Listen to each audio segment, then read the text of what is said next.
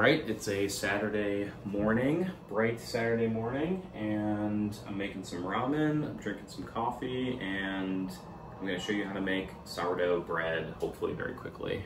Okay, so this is the starter, and what you need to do is you need to feed the starter a few hours before you actually make your bread. So I'm just putting in some wheat flour. I'm putting in about 2.5 to 3 tablespoons. You want to add equal parts flour and water to the starter. So we'll stir it here. What you're doing here is you're basically feeding the souring bacteria that's already in here. And when you add fresh water and flour to it, the bacteria goes crazy and just starts eating it. And so what you're going to see is you're going to see it start to bubble up and ferment. And we're going to be making bread at the apex of this bubbling up, which should take about 4 hours. I'll be coming back in about 3 hours to get our base for the bread started. All right, so it's been about 3 hours and we're about to make the underlying bread here that'll serve as the base. Just finish drinking that. So I'm making enough for one good loaf of bread. So I'm gonna go with a ratio of basically somewhere around 80% white flour and 20% of this rye pumpernickel. All right, and now we're gonna do, so it's 3 cups of flour. We're gonna do 1.75 cups of water. So this is what it looks like. Just looks like a bunch of slop, but that's your 80-20 roughly white flour and rye pumpernickel. All right, so after mixing it up, this is what it's gonna look like. You can see it's still pretty sticky. We're gonna let this sit now for about an hour until it's been 4 hours of our starter rising. It's been an hour and you can already see that it's tightened up a little bit. It's not as, it's still pretty goopy, but it's definitely it's tightened up a little bit. So what we're gonna do is we're gonna add a tablespoon of salt. You're gonna fold it in like that, twist it around, stretch, and fold down like that. I'm gonna do it a few more times. So that's just a few rotations. So now I'm gonna take my starter. You can see how it's all puffed up right now, and there's air bubbles. So we're gonna eyeball about a half cup in there. And now we're gonna do the same thing. We're gonna fold this in to the fabric of the dough. So I'm gonna do that a few times. Basically, you're gonna pull it, get it all kind of zhuzhed up in there, and just keep kind of moving it around. But I can't do it holding the camera, so bear with me. All right, I figured out an avant-garde way to show you how to do this. So pull it in and keep twisting the bowl and kind of folding it in like that. I mean, that's what it's gonna look like. Definitely good to cover the top so you don't get any unwanted guests. Extra protein in there. So yeah, so now you're gonna let it wait for 45 minutes to an hour, and we're gonna begin our stretch and fold sessions. So it's been 45 minutes, so we're gonna do our first stretch and fold. So you're just gonna stretch, fold over, twist it over, stretch. So just do maybe one more, fold over, and now we let it sit for another 45 minutes. All right, so this is gonna be the 4th stretch and fold, and you can already see how much different the texture has gotten over the last few hours. It's pretty crazy.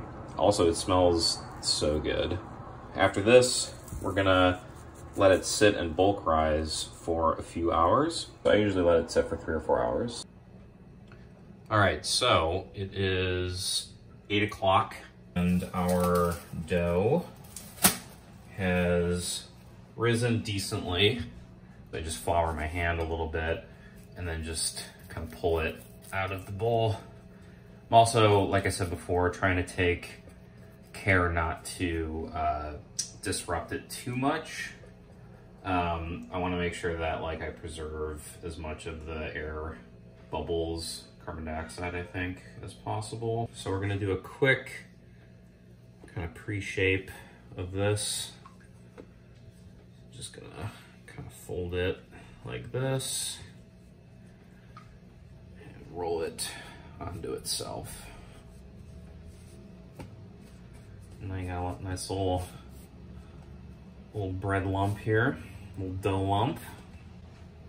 And we're gonna let it sit here for about 10 minutes. All right, so now we're going into proofing. So you can honestly use the same bowl or, you know, a bowl of this comparable size to proof in.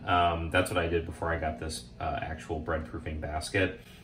It just will affect the shape of the bread, but it's honestly not that much different. The difference is with a proofing basket, they usually give you a washable cloth interior, whereas here you have to kind of improvise and use like a towel or something, like a kitchen towel. So, okay, so at this point, what you have to do is you're gonna have to shape the dough, and you're gonna do some kind of light bending and folding of the dough. If you don't have a bench scraper, there's a way to do this with your hands. I'm not the best person to teach this. I'll link to better videos, deeper dives for this. But basically what you're gonna do is you're kind of pulling it in on itself and folding it over itself. And you're just gonna do this a few times. I have a bench scraper.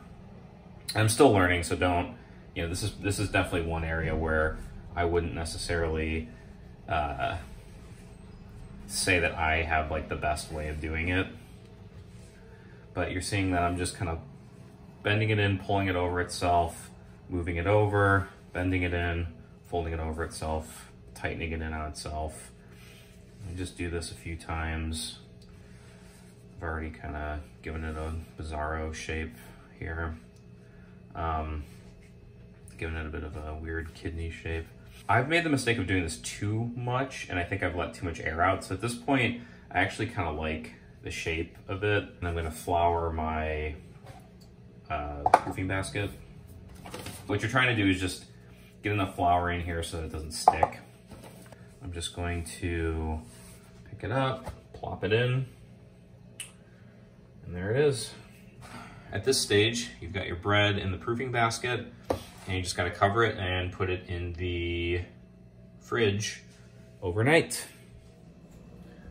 All right, it's the morning of the next day, and we're gonna start baking. We're gonna get this out onto some parchment paper.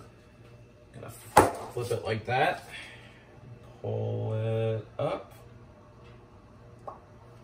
There it is, our beautiful little loaf. I've got the Dutch oven sitting in a 500-degree oven, and it's been heating up for about a half hour. We want the Dutch oven to be hot. If you don't have a Dutch oven, you can use like a baking stone, a pizza stone, something like that.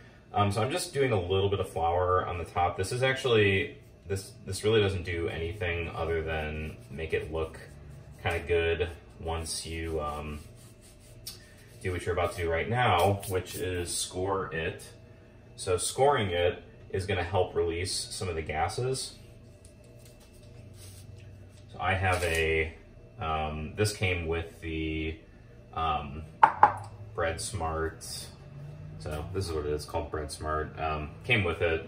It's a scoring blade. It's actually just a replaceable razor, and it allows you to score. So scoring is gonna let some of the excess moisture escape, but it's also gonna cause this like really beautiful shape to form. Okay, so I'm gonna take this pan out, and I'm gonna attempt to do it in a way that you can see. All right.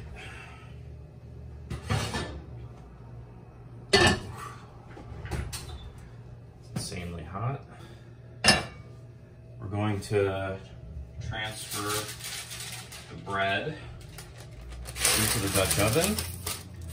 Then quickly, we're gonna add a little bit of water to the pan. So what this does is it's gonna help, actually I'll tell you, once I get it in. Back into the oven. Now we're gonna let that go for 20 minutes. The reason to do the moisture is, I guess that's what bakers do when they bake in their ovens. They're able to actually get like a good amount of moisture, and I guess that helps with the oven spring, so it helps kickstart the ability for the oven rise to happen, so the bread will actually start to rise. I don't know enough about this to actually know the chemical reason why moisture helps, but it definitely does. So when you have the Dutch oven with the top on, that helps in and of itself because it's just going to trap any moisture that's there. But when you add a little extra water, it just like really helps with that. If you don't have a Dutch oven, you can use, if you're using the baking stone or whatever, you can actually put a tray in there with some ice cubes, and that will also help with this. All right, so it's been 20 minutes. Hopefully it looks good, otherwise I failed you. Ooh, yeah, it looks really good. Can you see it? Let's see. No, here. Take a look at that.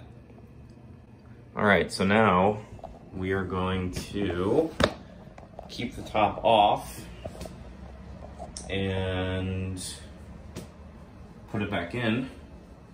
And now this is going to help with continued cooking as well as browning and getting all that beautiful color on it. And we're going to lower it to 450. And supposedly we should do it for another 20. I have found that it usually needs another 25 to 30. Taking it out.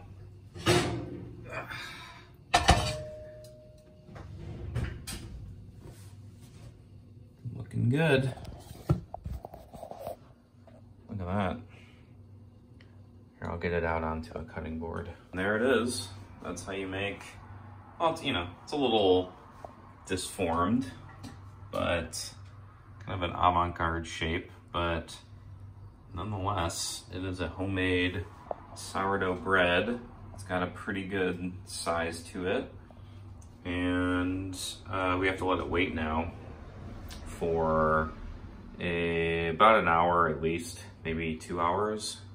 If you really can't wait, you can give it maybe like a half hour, but if you cut into it right now, or within the first hour, it's gonna be like really gummy, which I guess some people like, but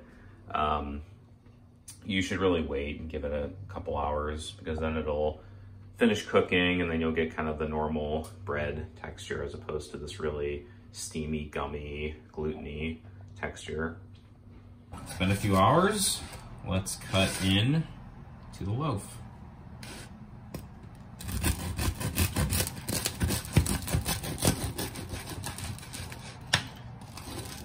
This isn't the greatest knife of all time.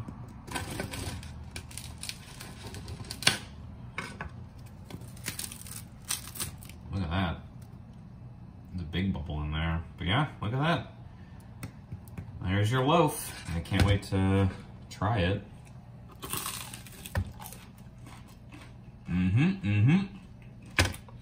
Freaking awesome. All right, there you go. There's your little tutorial. I'll link to other people who know way more about sourdough than I do, and you can go there to actually probably learn how to make it. But yeah, I hope that was helpful. I'm enjoying it right now, and I'm gonna keep enjoying it. I'm probably just gonna eat the whole loaf right now. Great, see ya.